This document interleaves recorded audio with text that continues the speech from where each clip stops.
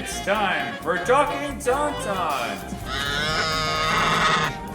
your Star Wars source at AIPTcomics.com.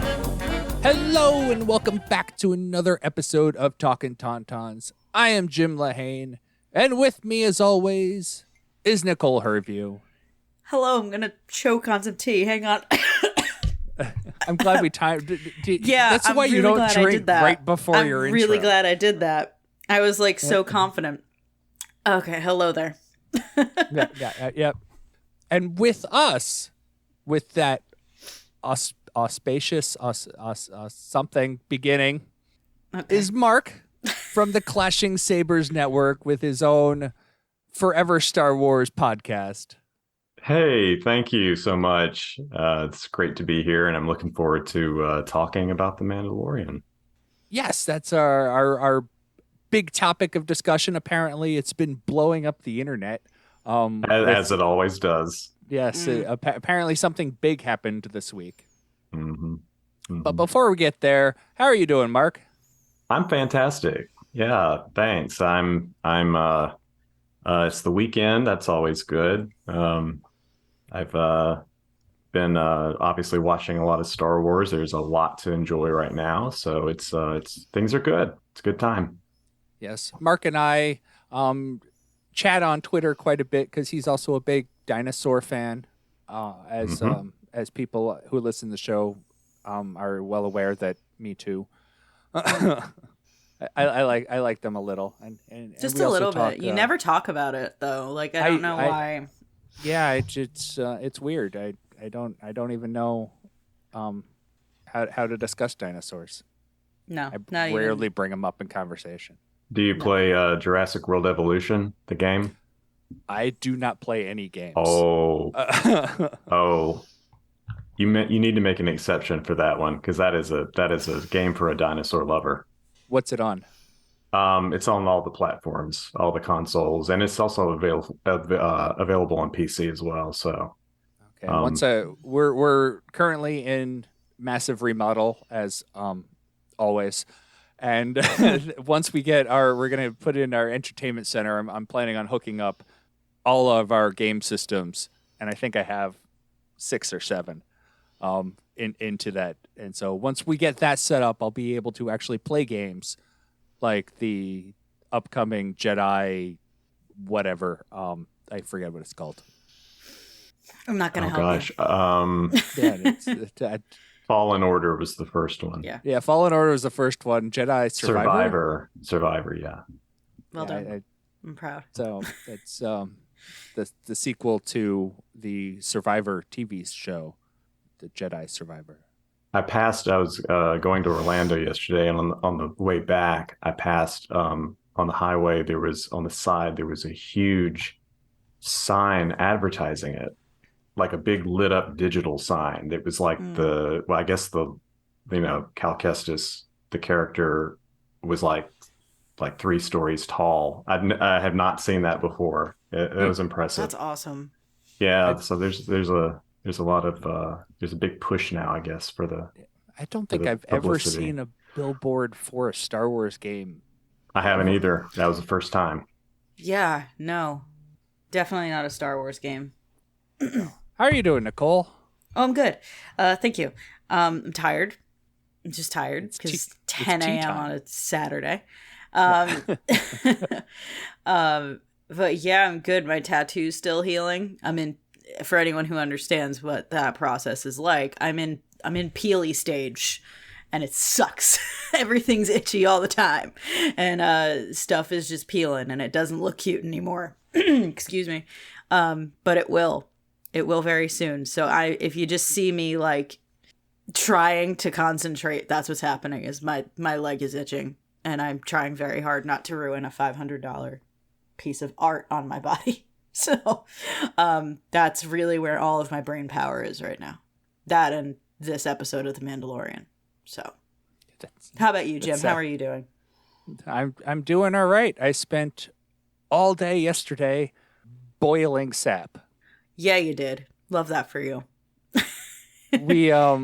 We tapped our maple trees last week, and they're saying like sap, maple sap basically is a 40-to-1 ratio where you go 40 gallons of sap will give you 1 gallon of maple syrup. And so there's a lot of boiling.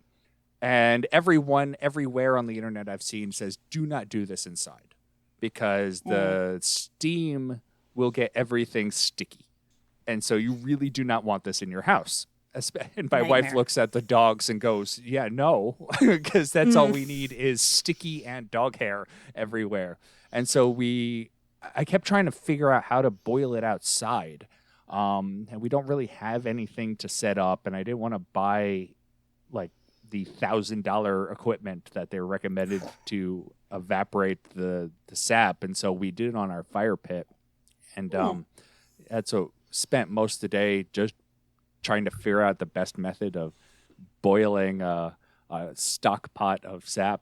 And I got it not bad. I probably got 5 gallons of the 40 we took from last week out. Wow. So it's a slow process. That's a project. That is a project and a half. God bless. It is it. And it's a project in 3 quarters. Yeah, it's a lot. And I smell permanently like barbecue. It's not a bad thing. I think that's probably fine. I'm still trying to process that there's such a thing as sticky vapor. Like that's very interesting. Yes. I think part of the sap, the sugar that's in the sap basically gets some of it gets evaporated with the water, and that's where you're getting the stickiness. I believe you. I don't know. I am the least scientifically minded person on this call for sure. So I'm just like, yep, sounds right. I write for a living. What's up? Sounds accurate. Yeah, we'll go with that one. Yeah, that sounds right to me. I don't know, man. So I do have one piece of, we'll call it news. Your tauntaun will freeze before you reach the first marker. Then I'll see you in hell. Hello, what have we here? Yeah, I don't know what you're about to say, so I'm scared. Yeah, I didn't tell anybody else on the call this. No. I got a message from a friend, and it goes, in the link, Rian Johnson's Star Wars trilogy is officially canceled. And it was just a picture of that. And I text it back and go, yeah, where's this from? Yeah, what's your I don't source? even remember the name of the website. And tells me some random site. I'm like, I've never heard of this. Mm-hmm. And so I looked it up online. And it hurt. It hurt me a lot. Just typing in Rian Johnson's trilogy online, the amount of vitriol on the internet, and they're all like, this is great. And it all leads back to one YouTube channel. And I don't even need to explain to anybody else on the phone call how much garbage this is. Yeah, no. Mm-mm.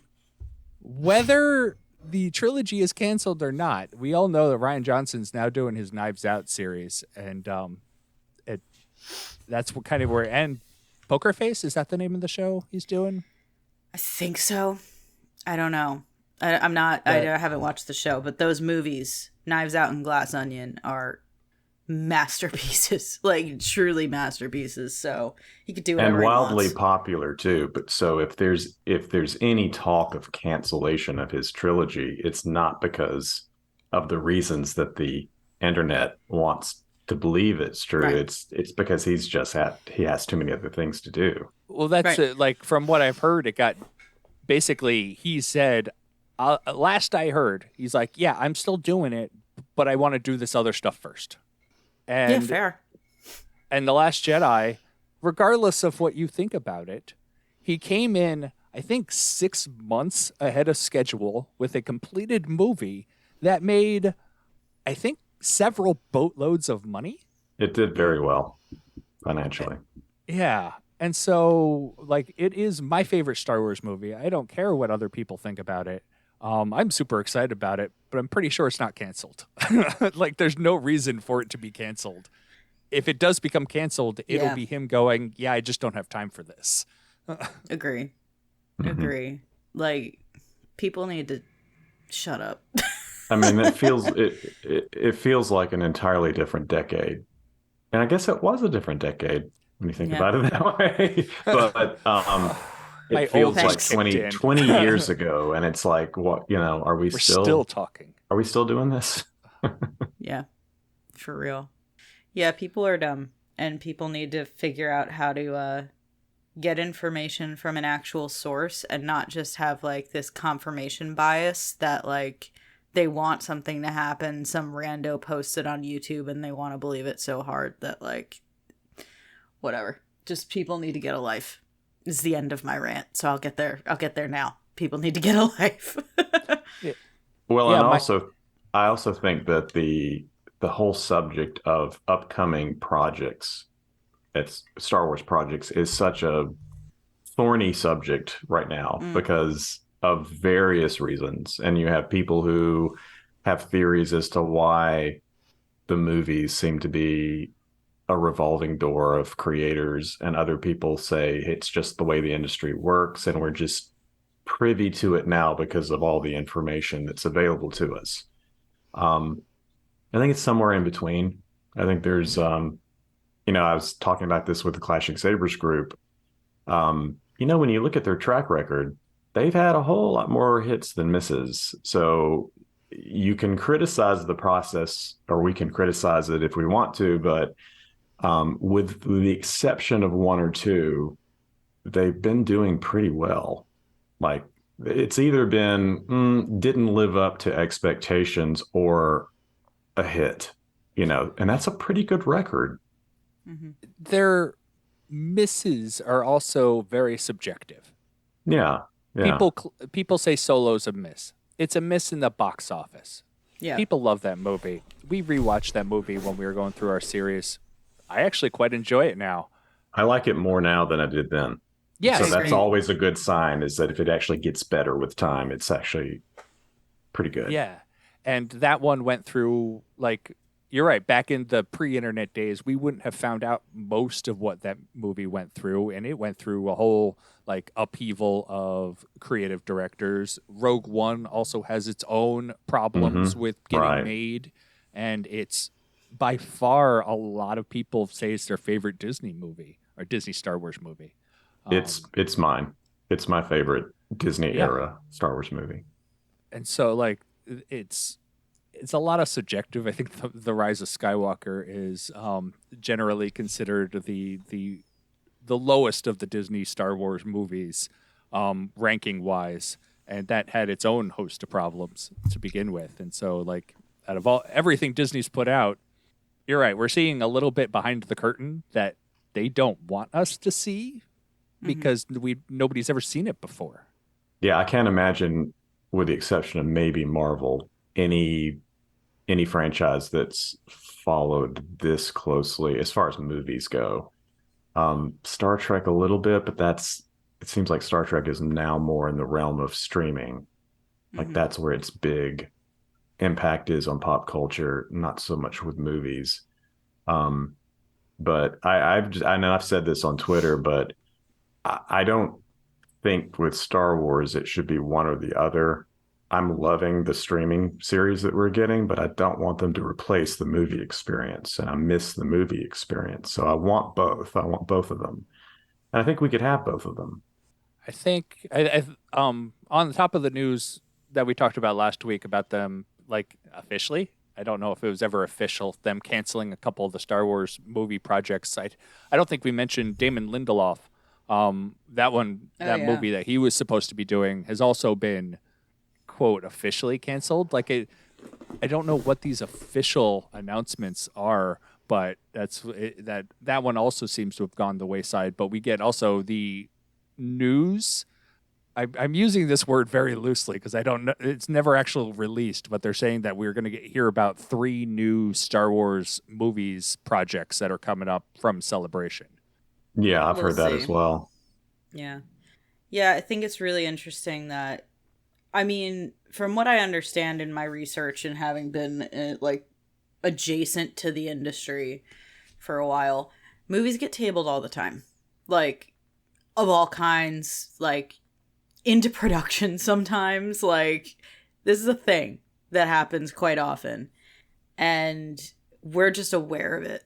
Like, for some reason, Disney with Marvel and with Lucasfilm is really transparent about like, hey, like we've got all of this ready to go, probably knowing full well some of it's going to go away, you know, because it's just such an aggressive slate that it makes sense that stuff falls by the wayside, especially when you have these like really, really big name creators on them who have other commitments like Rian Johnson. It's just interesting. It's just interesting that like for the first time we're so aware of it.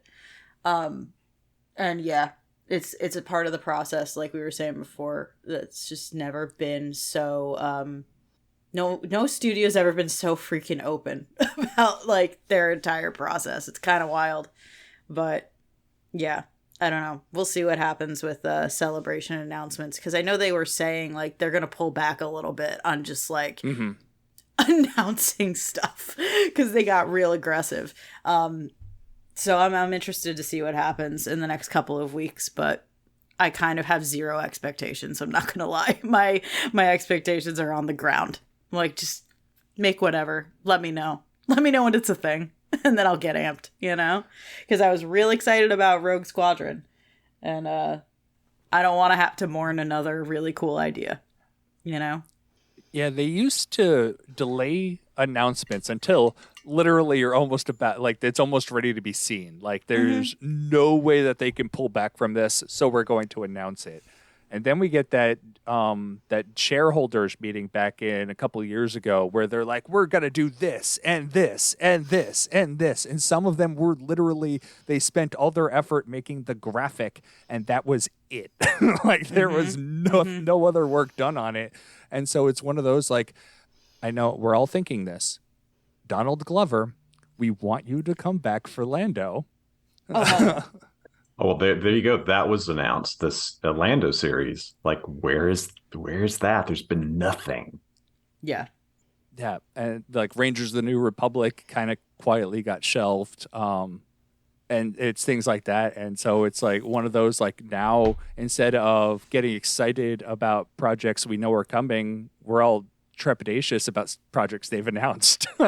Right. I mean, my expectation level is really only focused on the things I know are absolutely coming, like the Acolyte. Like that's my next thing that I'm excited for. And of course, Andor season 2, assuming that that's happening. I mean, they were supposed to have started filming it or it's been written, but I'm like, I need to hear confirmation that they have actually started filming that, because I'm going to be very upset if they don't. Yes, I heard confirmation that they started filming right about the time that the finale of season 1 ended. It was almost on the same day. Great. So, and that's theoretically coming next year. Yeah, I would think Allegedly. that would be next year. Yeah. Allegedly. Yeah. So, but yeah, other than like Skeleton Crew and Ahsoka and the Acolyte and Andor, I think are the only ones that we have hand down that they're actively working on. Yeah. And that we will get.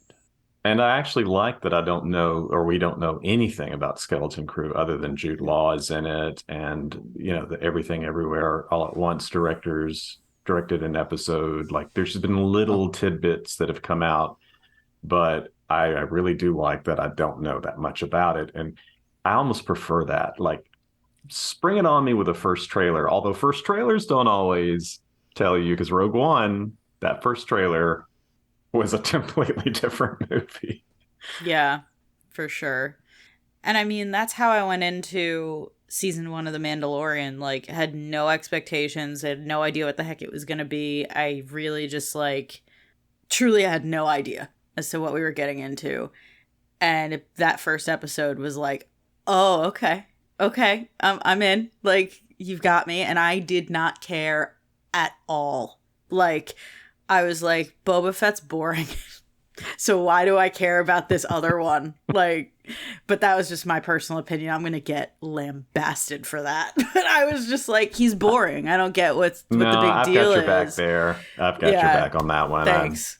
Appreciate it. But I've actually terrible. said this show has made me more interested in Mandalorian culture than I ever was before. So Absolutely. I give full credit to the creators for making it interesting because before it was not to me. Yeah, yeah. And also like I hadn't seen at that point a lot of like the animated series, and I feel like that did some work on like that character and like the Mandalorians in general, and there was a lot more, but at the time I was just like, I don't get it. Like I just don't get the hype. Like he's cool, but like why do I need an entire series? And it's not even about him. It's about like someone over there who's like the same kind of like I just didn't get it. And I was so pleased that I gave a tauntaun noise. I cared at all.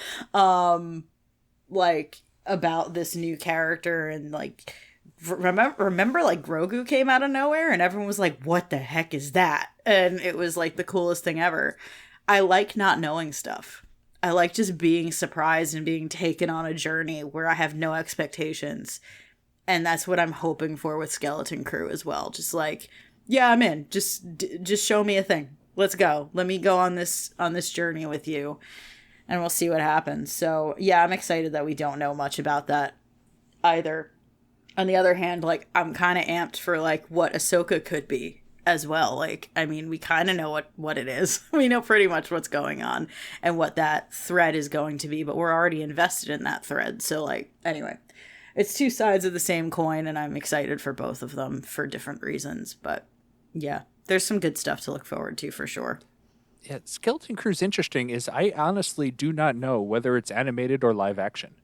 Like I thought it was animated when it was first announced, but yeah, it seems like it's live action the way that they're talking about it. There's this a still from it, or like a couple frames from it in that Disney Plus trailer that dropped, and you could get a real life Jude Law, so it's live action. Yeah, that's what I thought it was animated when they first announced it. And so that's why I'm like, it's one of those, like, I really, like, this is to the point of I have no idea what's going on with that show. I completely misinterpreted what it was. Yeah. Yeah, it does have a name that's sort of indicative of an animated series. And plus, when they described it, somebody said it's like Stranger Things in space. I was like, oh, okay. If that is the vibe that it is, then I sort of get it, like where that's coming from. Yeah. But we know... you just said magic words for me. Wow. No, I'm okay. I'm good. Oh, had you not heard that? Nope, I hadn't heard that. And Stranger Things is like that's important to me. So that's interesting. In fact, it's been described as like any of those old 80s movies where there's the cast is the cast of kids, like Goonies, or like Stranger Things is a riff on Goonies, but it's like that idea of mostly, kids coming of age in the Star Wars galaxy. And I'm like you, I was like fully on board. If that's what it is, that's absolutely in my wheelhouse. Yeah, that's really exciting. Awesome. I'm in. I mean, I was in, obviously, but like you have to be. I don't give you, it's in your contract, you have to that be. That is true. I am contractually obligated to care about all of it, which isn't stopping me from not watching Bad Batch, but that's a different conversation. It's just a different conversation entirely. We'll get there. I will. I just have no motivation whatsoever to watch that show right now, but that's okay. That's fine. There's some folks on Clashing Sabers that would agree with you 100%. I want to. Like, I want to watch it. Like, I like all those characters. It's just not hooking me in any way right now. And yeah, you're not the first person I've heard say that. Yeah. It's a shame. So. But I'm sure when I get around to watching it, I'll be like, oh, cool. Great. But, like, I'm just not. When Mando is this good right now, I'm just like, that's where I'm putting my effort right now. That's where I'm putting my time. I don't have space for anything else. Well, I'll say, as somebody who's sort of I will be an advocate for the Bad Batch. I'm not like, if this was a show that is, and still is not a show that's high on my list of things that I need to watch and need to see. I do watch it out of a sense of, okay, I want to keep up with the story. I am pleasantly surprised week to week. There's a lot of creative elements in it that are admirable, and it does some great world building in a way that even some of the previous animated series haven't always done. I'm frequently not bored. And that's good. like the highest praise I can give it, is that I'm frequently not bored when I watch it. Like, okay, that was cool. Like, they had some cool things in it. Yeah.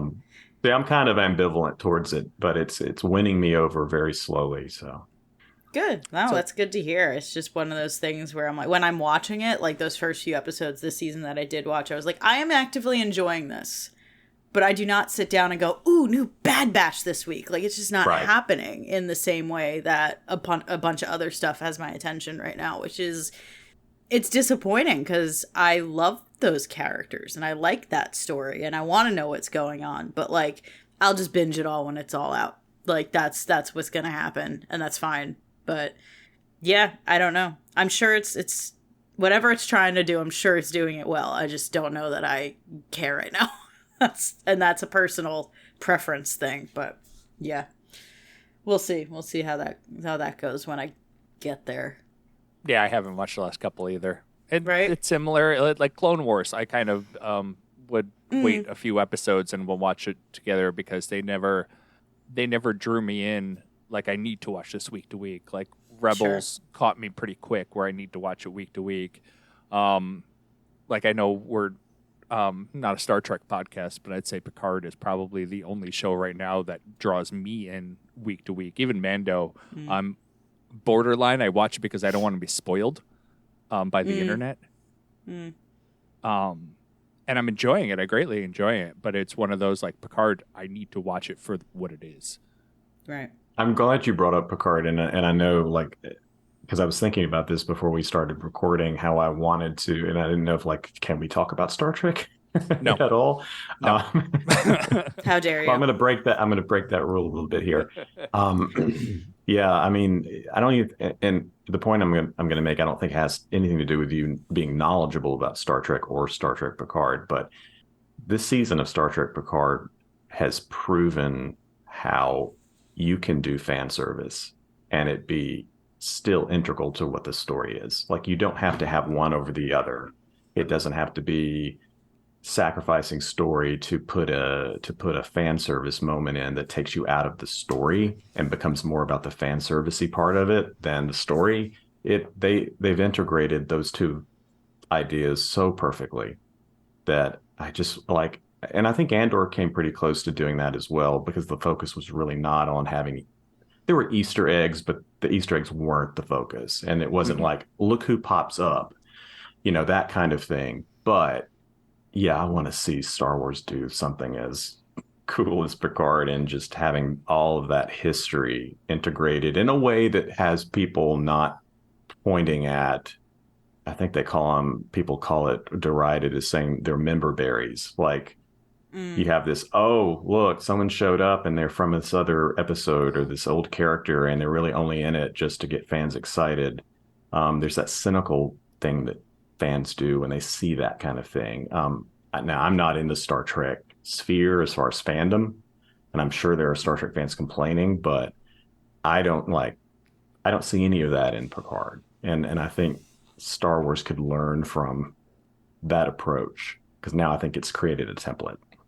I think you're right. I think Andor's the closest for me to where you get, like, callbacks, but not obnoxious callbacks. Right. So, but speaking of The Mandalorian, I think we can talk a little more about this week's episode and how Darth Jar Jar comes back to the rescue. Don't make fun of me. Don't you pick on me in this way. How dare you? When one chooses to walk the way of the Mandalore, you are both hunter and prey. This is the way. This is the way. This is the way. So, this week's episode, Chapter 20, The Foundling, again with internet foo-fa-fa. Apparently, what's his name? Not Grief Karga, the actor. Carl Weathers. Carl Weathers, yes. He directed the episode, and he dropped the name of the episode several days before it was released. He sure did. And the internet was all in uproar. Like, you spoiled. Like, really. I saw that. I saw the uproar, and then when I saw the episode's title, I was like, why were people mad about that? Like, It's did exciting. you not know the series has foundlings in it? Like, that's not a spoiler. Yeah. No, I was just like, ooh, excuse me, Mr. Weathers. We don't know the names of the episodes until like they premiere. I was just like, oh buddy, were you supposed to do that? And he was like, oh my bad. Like he was like, oops. Which I found it funny and charming. I was like, oh, Dad. Like, you goofed. It's okay. Like, that's how I felt about it. But people get mad for any reason. It's absolutely astounding. Like, they just want to be pissed. It's wild to me. But the titles are so innocuous. They are. They're like the visitor, the foundling, the planet. It's like they're so Yeah, nondescript. They could be anything. It could refer to anything, literally. So The plate. Yeah. It's I do like them though, because they always like can kind of refer to multiple things, and I like when that happens, like when you can kind of sum up all of the elements of an episode in like 2 words. I'm like, ooh, that's fascinating, because obviously in this episode, like, which foundling are we talking about? Because they're both like incredibly important to the plot of the episode. So yeah, I like when they have those like almost double meanings. Like, they're not a double meaning, but it's like, who exactly are we talking about? wasn't the previous episode titled something like that? I don't remember what was the episode 3's title, but I remember thinking the it was convert. The convert. Yeah. that was exactly the same thing. Exactly, I was like, yeah. who's the convert in this story? Well, there's more than one. Yeah. Well, and what's the word? It was the first episode, I believe. The apostate.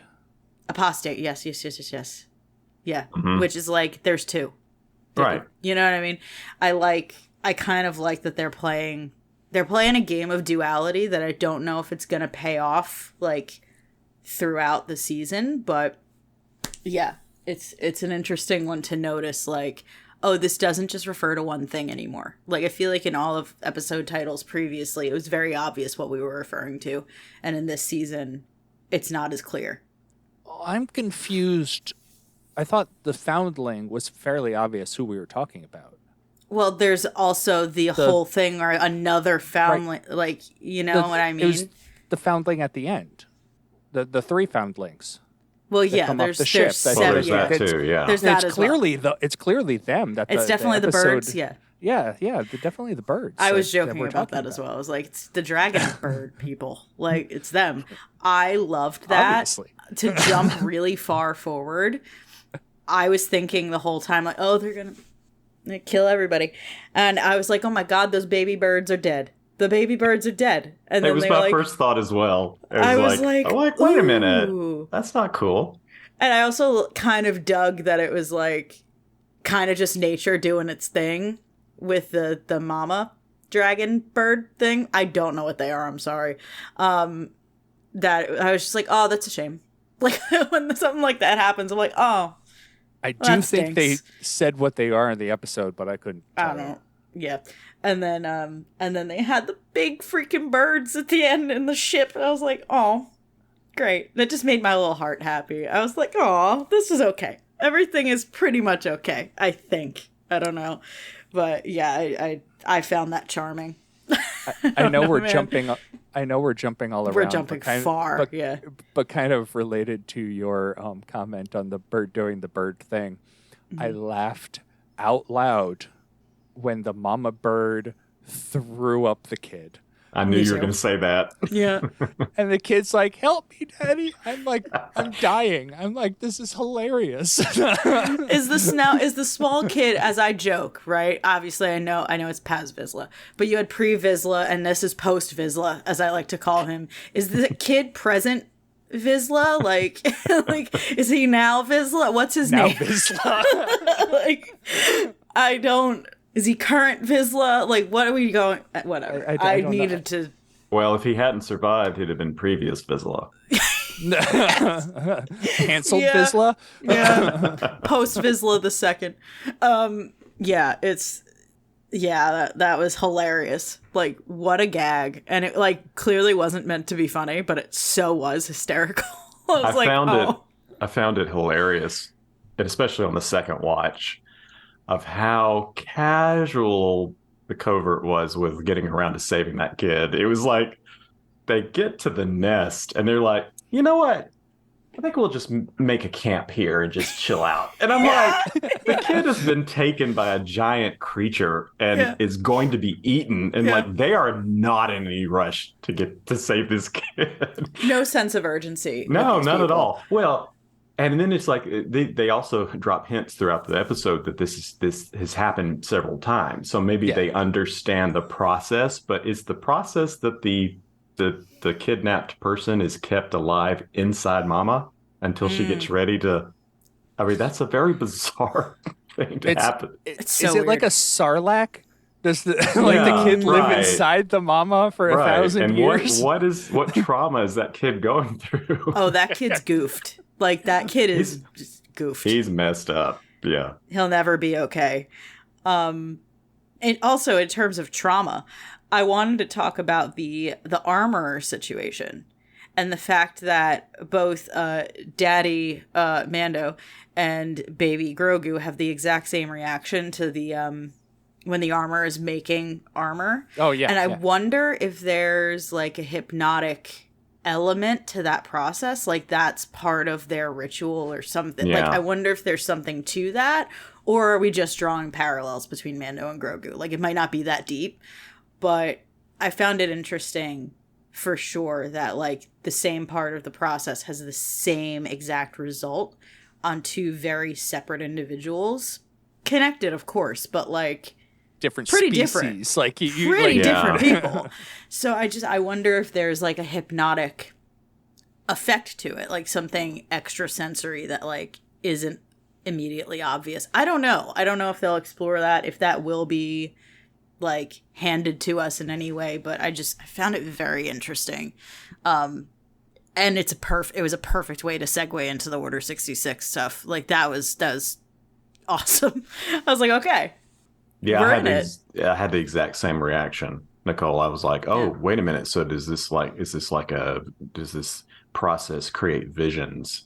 And like, is there a metaphysical, spiritual thing happening? The armor has some sort of, there's something, like you said, hypnotic thing happening with the process. Yeah. She seems to be not just the leader, but also like a religious leader of the group. Yes. And I think that's kind of where we're getting, is like it's because we've called it a cult. They've called it a cult. It seems like a religious cult where like this is part of your religious process, like going through this thing. So I think this is as much in depth that we're going to get on it, kind of leave it kind of vague, but I don't think it's coincidence that both Grogu and Mandu went through the same thing. Yeah. I think it's fine if it's left up to interpretation and you can see it as you want. I don't think that that's like necessarily a bad thing to not spoon feed everything all the time to everybody. I think it's fine. But yeah, it was definitely an interesting moment. And man, that flashback. Can we talk about it now? Can I lose my mind for a minute? Because I got emotional. Like, I got very emotional watching that flashback. I did not realize that was Ahmed Best until the credits rolled. I'm still not okay, man. I was so happy the whole time. I was just like, this is happening. And did you know he was in the background of a shot in Phantom Menace?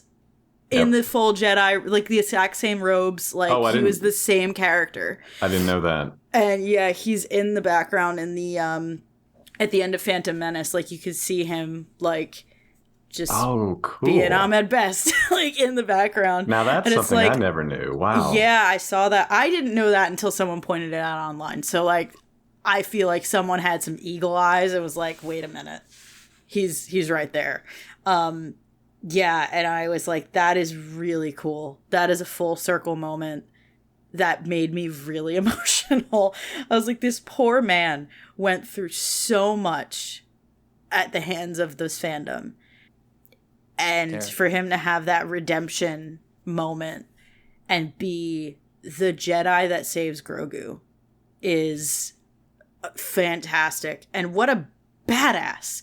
What an absolute badass with the two different color lightsabers. Like, clearly someone fell and he picked one up. That's what I think is going on there. And he's just an absolute badass, and I want to see more of him. Like, I want more of that story, like what happened. Because the whole time we were like, just don't die. Just don't die. Just please don't die. Like, the whole time I was like, please keep this man alive. Because I just want more for him. But wow, what a moment, what a reveal. Like, how cool was that? How, like... I found... So I think, like, the internet made the internet. I love the internet. The internet made a big, before this episode premiere, it was a big question, who saved Grogu? And so it was one of those, like, we're going to find out who saved Grogu. Big thing. And so I'm looking at him, not realizing it's Ahmed Best, going, should I know who this character is? And no, I don't know who the character is. And so I'm like, okay, so it's, for some reason, find out it's Ahmed Best.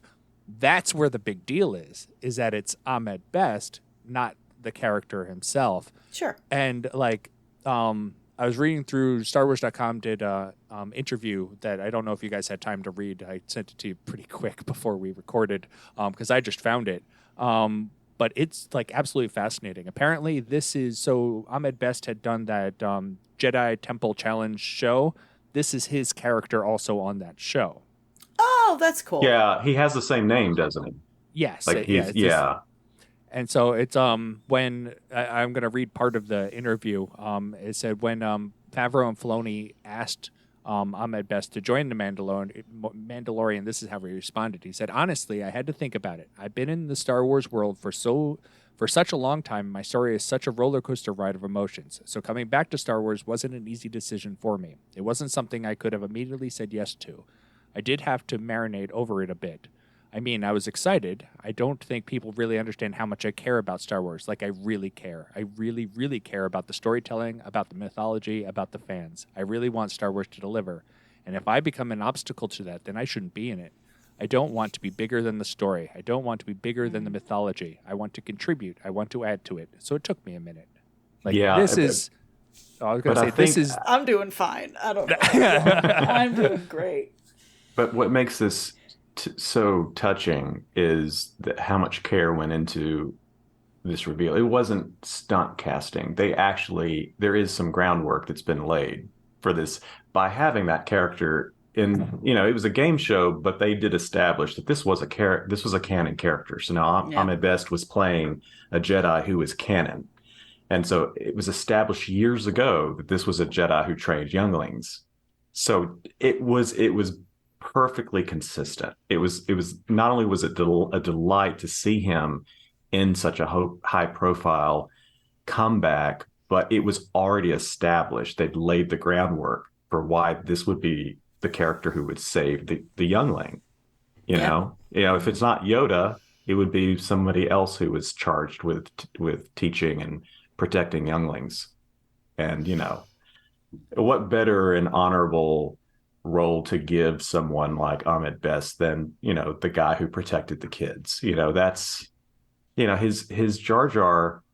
For older fans like me, Jar Jar, like I've never hated Jar Jar, but it didn't resonate with me like it did with little kids, because Jar Jar was for kids. Like that is, and kids responded very strongly. Exactly, Nicole. So, right. So Lucas knew what he was doing. Yeah. And so I do feel like this is this wonderful way of, I don't want to say retconning the past, but sort of bringing everything, like you said, full circle. And that Jar Jar was a character that resonated with the kids. And to have Ahmed come back as a character who protected and, championed the kids is just really beautiful.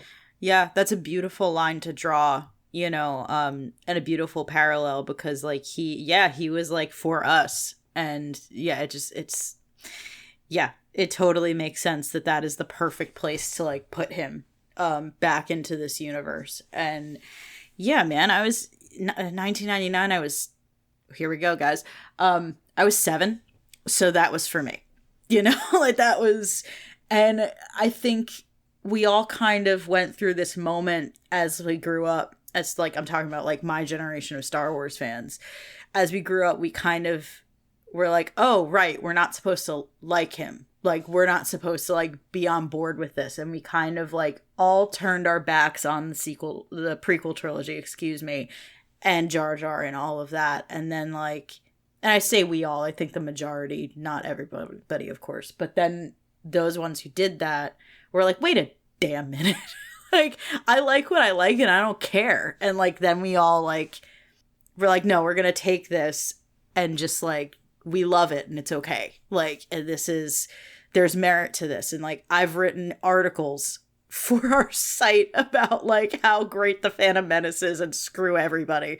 I've been very open about how much I love that film and his work in that film. Like, I don't care. I think what he was doing is great. Like, the direction and the like creation of that character, you could argue, but what Ahmed was doing was great. Like, it's a fascinating performance. And he killed it. And you can't take that away from him. And I'm glad he's kind of, to borrow a phrase, like getting his flowers. And it's well deserved. And this was beautifully done. And I hope to see more of him. But if we never see more of that character, like, dope. I'm so glad we got this. And it's incredible. And my only question is, why was it so important to save this youngling? Did it feel like that to everybody else? Mm-hmm. Like, there was a reason that they were like, we have to like get this kid out of here. Like, why just that one? Or was that happening everywhere and those efforts failed elsewhere? Like, what exactly was going on that made this one youngling in his little pram so important when there are a bunch of other ones over there? Not only is it apparently important to save him specifically, Grogu, but the way they did it by incorporating, Padme's ship. I mean, that was also was it her ship? Like, that was Padme's ship. That, in fact, I think it's the exact same ship that's seen in Attack of the Clones. I could be wrong about that, but it's definitely the same model. Whether it's the exact same ship, I'm not positive, but how beautiful would that be if it was? Like, I love that. I think that's fantastic. That also opens up a whole other thing of like, okay, so I mean, we know exactly where she was in that moment. She was at her apartment and she was staring at she was, but we don't know if. Go ahead. Did she? Okay, I'm mixing up. No, this is Attack of the Clones or Revenge of the Sith. So is this the ship she took to Mustafar? No, this is to me, this looks like the ship that she and Anakin took to Tatooine in Attack of the Clones. Because I have the mental image of it. It's sort of like that sleek one. Yeah. It's almost like I don't even know. I don't know the aircraft terminology. Sure. It's like shiny Naboo ship. The shiny Naboo ship. Yes. It's like a more streamlined version of her ship that we see in the Phantom Menace. Like it's It's like a bullet, shaped. It's beautiful. Yeah. So we know that during that scene, the Order 66, she's trying to figure out what's happening. And I don't know if, how much of that is this episode suggests that she was in contact with her crew or the Nabooan officers. But obviously there was some communication happening because they were waiting. They were waiting for him to come and arrive. Like they knew this was happening. So the only hole I'd find in that, I love that. What ship did she take to Mustafar? That is the only like linchpin for me. Is I don't remember what ship she took to Mustafar to find Anakin. Was it the same ship? I'd have to look again. But if it's a different ship, fantastic. Like I think that's dope. I didn't think about it like that. I knew it was the same model. I was like, that's really cool. It's a Naboo ship, like dope. But if it's the exact same one, that you're right, that has implications. Like, what does that mean? Yeah, something to keep an eye on for sure. And it's the second Nabooan reference. You know, Din is flying a Naboo starship in a fighter. So it's like I don't know if this is a coincidence or if they're suggesting that Naboo might play more of a story in Grogu's arc. I'd love that. Yeah. I think so. Grogu, I think, why him? I'm wondering if it's going to come back because I think there is. Will. I think there's going to be a reason because also you have the cloners. We're super interested in him. And are they interested in him because he is a Jedi, a known Jedi, or are they interested in him for other reasons? And so it's. I wonder if we're going to find out, especially now that Dr. Brainfry. Oh, buddy. That poor man. is kind of broken, theoretically. I wonder if all that's going to tie together. Yeah. I feel like I've seen the theory floated that Grogu is a clone of Yoda, but I don't, and maybe that's the reason is that maybe I don't like the idea that the Jedi would have cloned Yoda, but yeah, I don't know if that would have been like okay. I think the whole idea of trying to clone a force sensitive being is to try and clone the force sensitive ability. Like I feel like that's probably the objective. Yeah. Is to see if it's possible. And that maybe Grogu is could be the result of that. I don't particularly care for that, but it's a possibility, I guess. Well, that's what, like, going back to Timothy Zahn's original trilogy of books, Heir to the Empire. Did you read those, Mark? A long time ago in a galaxy far, far away. So our conversation actually ties to that. Is they cloned Jedi, and trying to clone a Jedi creates a mad Jedi. Like they're literally crazy, and so that's what you have. The Jedi in the books, Jorah Saboth, was nuts because he was a clone of a Jedi. And so that's what most of the time happens when you clone a Jedi is you become nuts. But obviously that's legends, that's back in the day. But that may be tying too, because we also found out that Palpatine cloned several people, I believe, where his son was a non-force sensitive clone of him. And so that you get like issues there of him trying to clone and cloning the forces, not cloning over with the clone of the being. So yeah, I think we're tied to trying to clone it. I was trying to think of the timeline. If Grogu was 50 at the time of the Mandalorian, I was trying to figure out how that laid out where we're making the clones for the clone army, and I think Attack of the Clones is 40 years. He would have had to have been cloned before. Yeah. It would have been 10 years before Attack of the Clones ish. Assuming he's actually 50 and not one of those 50.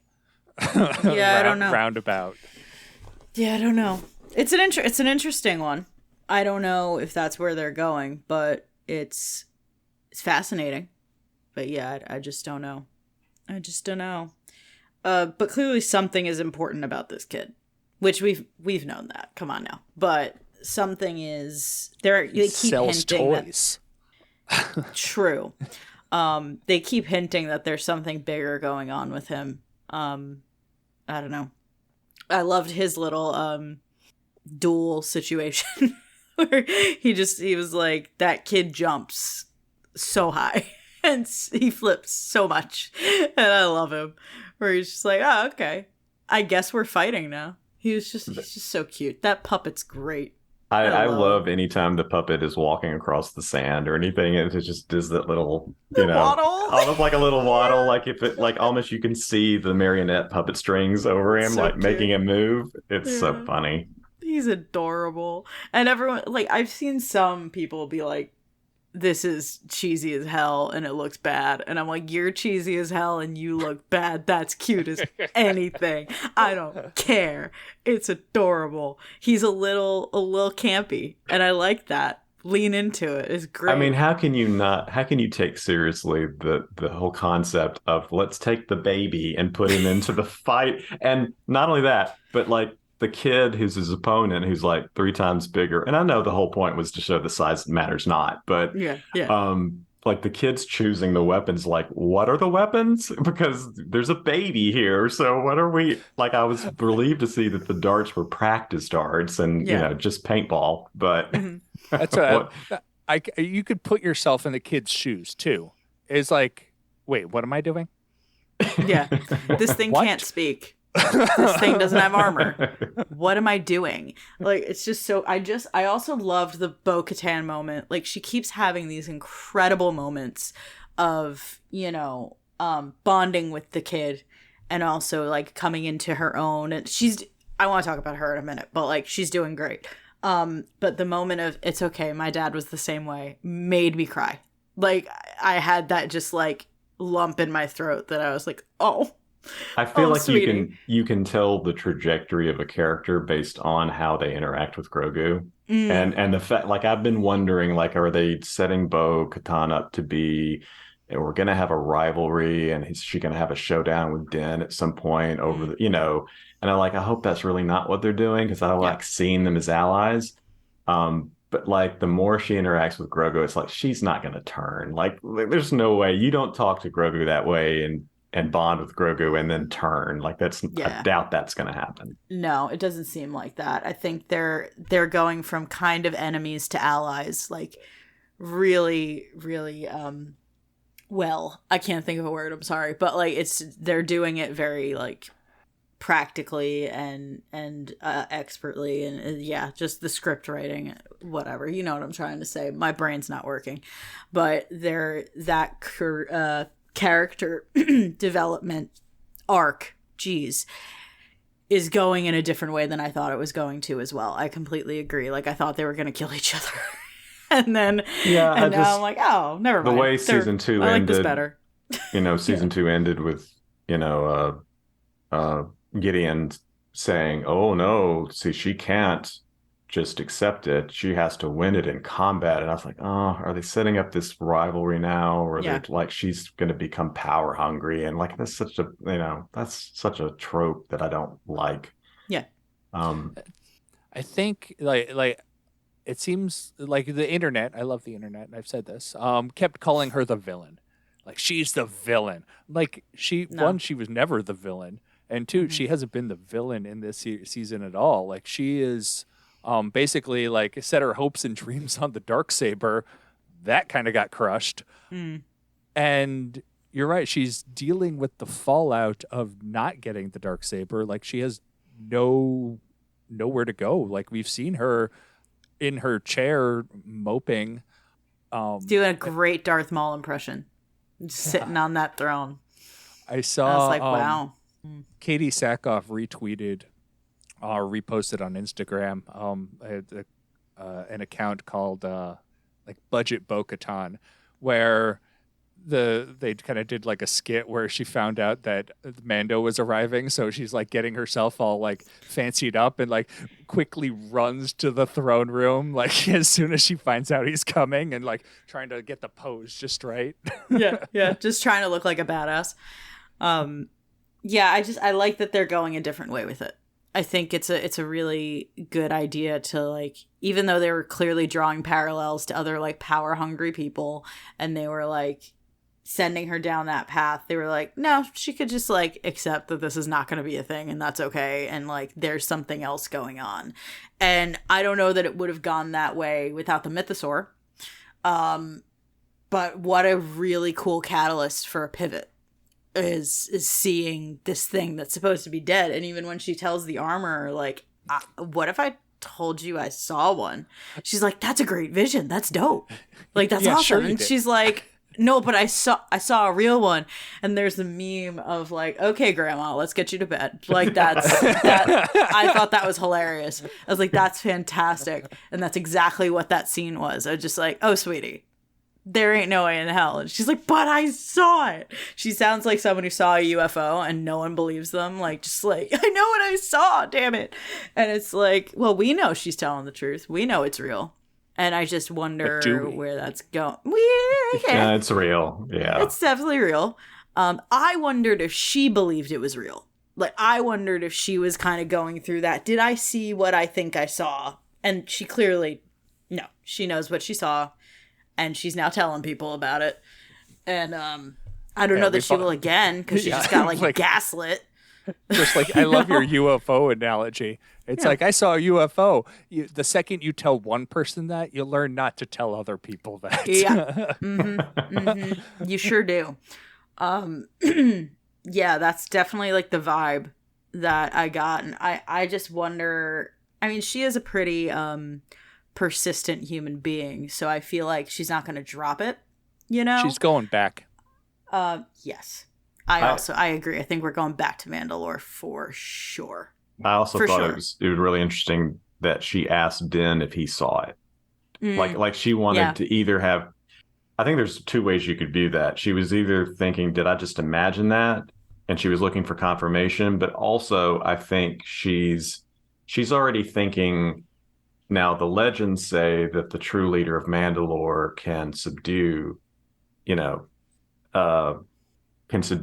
subdue it. So if Din saw it, that means he might be, but if only I saw it, that may mean that I'm the one. So I think she's playing that close to the vest for a reason. Yeah, it's a good observation, because I straight took it at the time of like, oh, she doesn't know if she saw it or not, and she's not gonna like tell him because she doesn't want to sound crazy. But I like that angle. It makes more sense now, especially like given that she just talked to the armorer about it. Yeah, it's definitely a different angle, and maybe she hasn't quite given up quite yet on those dreams of ruling Mandalore or whatever it was that she was trying to do.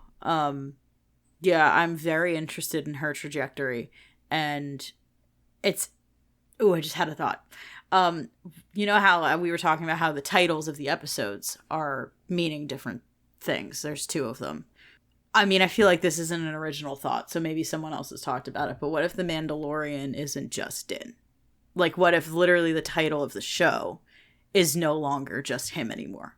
What if we're talking about all of them? Like, maybe the title isn't just like Din, but it's also Grogu. It's also Bo-Katan. It's also the armorer. Like, it's all of them. I think that's where they're starting to go.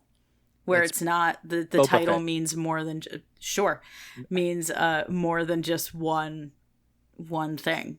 Yeah, the series, like in 7 years, ends, and it ends with like a flash forward to 200 years in the future, and Grogu is grown up and is leading Mandalore, and it just ends with the Mandalorian as the final title card. That's it. Like, but he's the same height. But he's still this big. Yeah. It's interesting. It's just interesting that it seems like they're really pivoting what the show is, and I'm kind of into it. Like, there's people yelling about how like there's no like plot line this season, like there's nothing going on. I'm like, you don't understand that the whole season is about like what the Mandalorian way is. Like, what is this? What are we doing? What is this group of people? What are they doing? And what is their future? And can they get home? Like, to me, that's what this season is. And like just a total like exploration of the identity of this group of people. And it's certainly Grogu figuring out who he is and how he's going to be and all of that good stuff. And yeah, I disagree that there's not a through line here. Like, I definitely see it. I don't know if you guys agree or have a different thought or whatever, but that's the through line to me throughout like these 4 episodes and probably beyond. But I would argue that it's even more clear this season than the previous 2. I think it's even more because, like you said, they're absolutely setting up this idea of how to, in this culture that has been ripped apart by its division, how do they come together and find commonality, even with disparate views on what it is to be Mandalorian, And I've been a little leery of the covert because, the covert is described by other Mandalorians as a cult.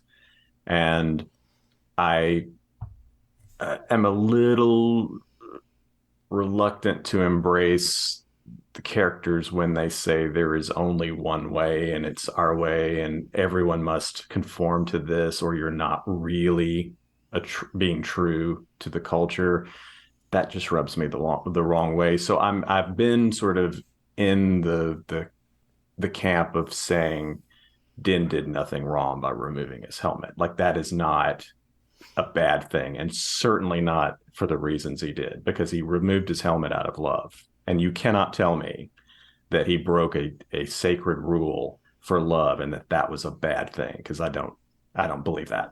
But I have been interested in seeing, especially Bo-Katan's arc and how she has become inducted into the covert, even though she's not a true believer, and what that says about ritual versus belief, and how this religion's structures hold up under the scrutiny of practice, or I don't know, just seeing. And maybe I'm reading too much into it. Like, maybe it's not going to go that deeply, but I feel like they are absolutely moving towards a reunification, and I don't see how you can have a reunification if you have only one way of being a Mandalorian.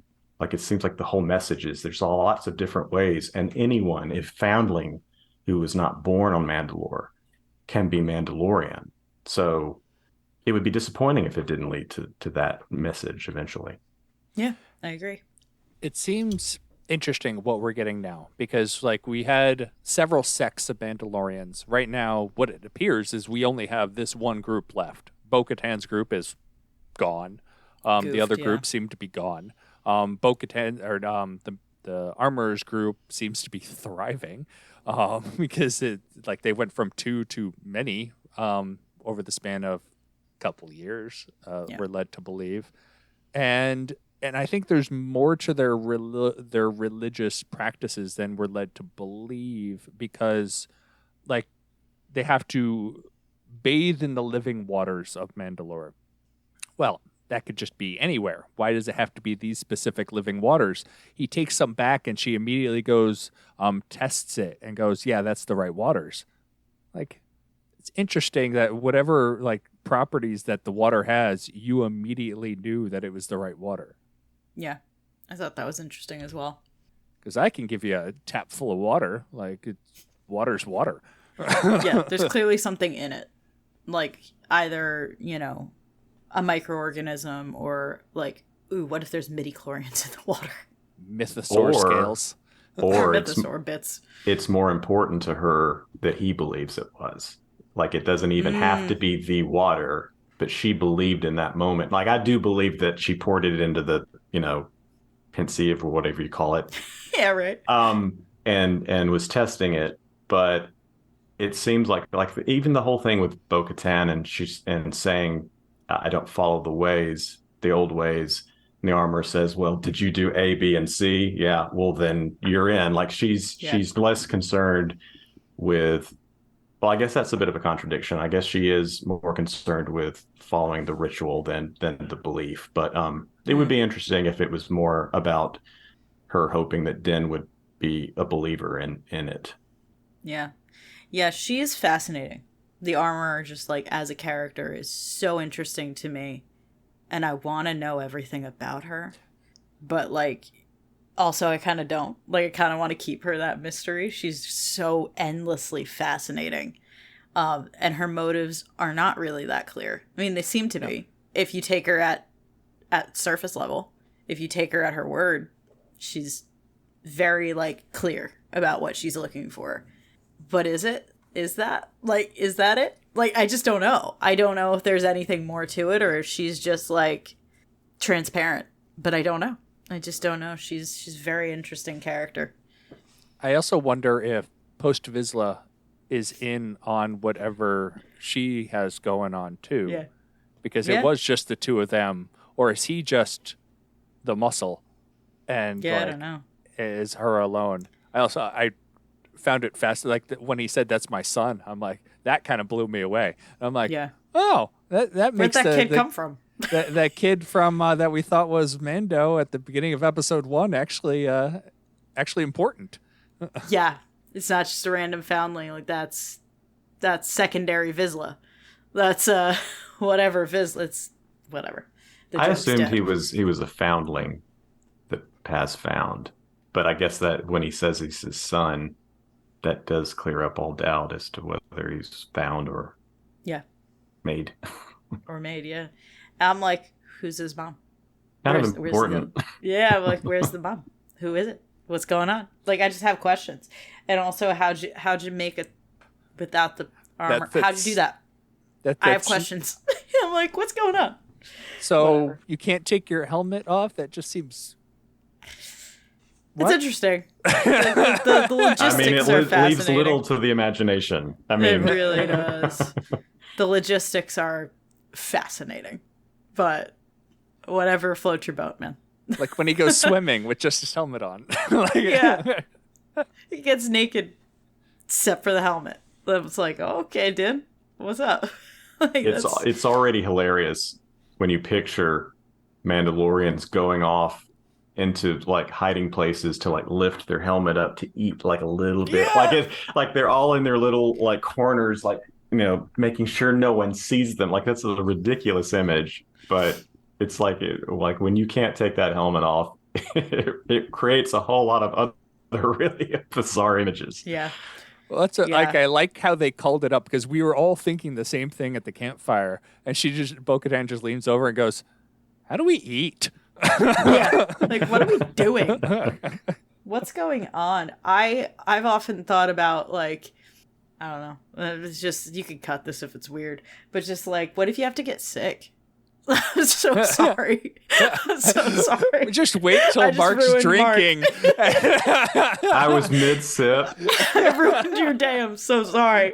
But like, what happens? What do you do? Hey, you can't do a spit take when you got your helmet on. You can't. That is It's impossible. So like, what does the logistics of the helmet are fascinating, endlessly fascinating. You have no idea how difficult it is to clean the inside of the helmet after you've thrown up in there. What do you do? What you do is you scream to everybody to turn around, and you take your helmet off, and then you throw up in your helmet. Yeah, it's like, and then you tell everybody to continue, not like, don't look. I have to clean it up. Like, there's just so many issues that come with that I don't know if they thought about. You know, I don't know, bro. But that was the thought. So I do have a I think we're running towards the end here. I do have a couple of comments. I don't know if we ever said who Ahmed Best, what his character's name is. It's Kelleran Beck. Kelleran Beck. Mm-hmm. Yeah, and apparently, like on the same article on StarWars.com, he took his last name from his Attack of the Clones cameo character, pilot Ahmed Beck, who pops up in a Coruscant nightclub. Interesting. I thought that was pretty cool. Random trivia. And he designed his own costume. I love that. That's great.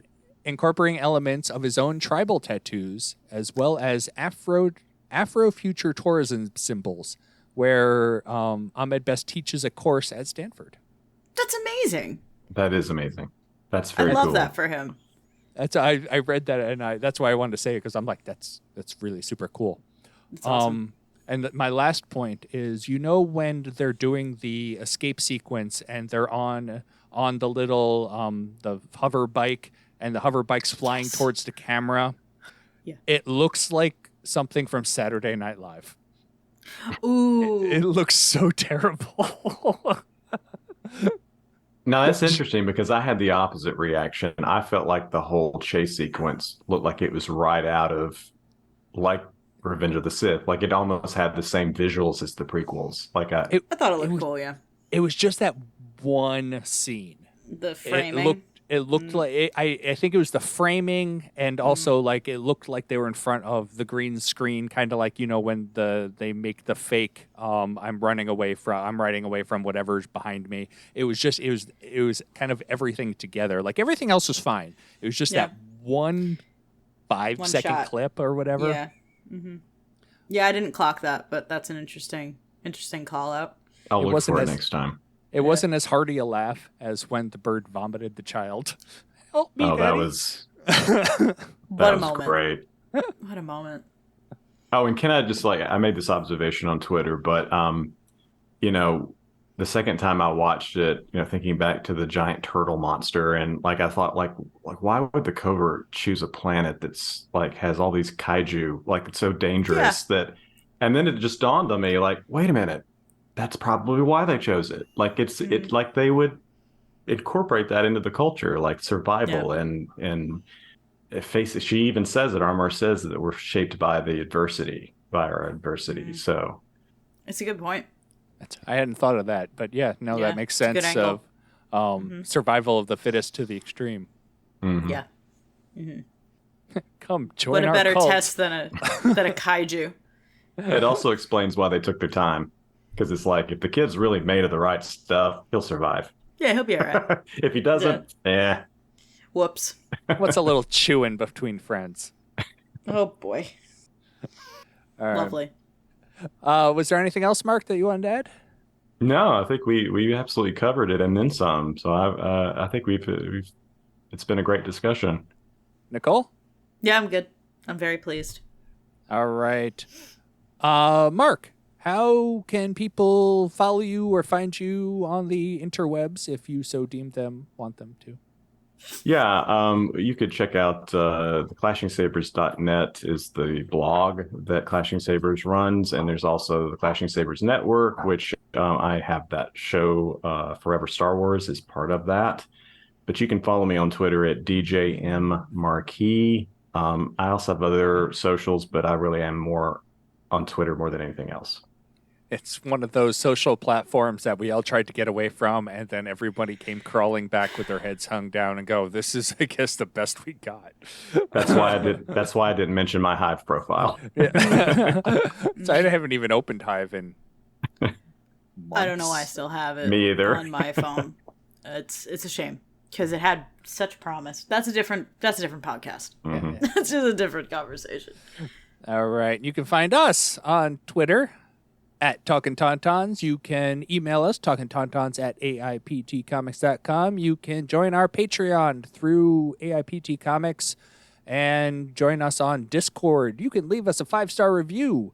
That is literally the only type of review that you are allowed to leave. It says Yeah, so we when accept you're nothing filling. else. Yeah, it's when you're filling out the thing, anything less. It's kind of like on eBay when you like do positive or neutral, and it's like, are you sure you want to do neutral? You have to wait 5 days before you can do neutral. It's the same thing. You can't give less than a 5. Gotcha. And with that, I believe next week we are gonna keep moving on with Mando, so we'll be covering the Yep. next episode. We'll see you then.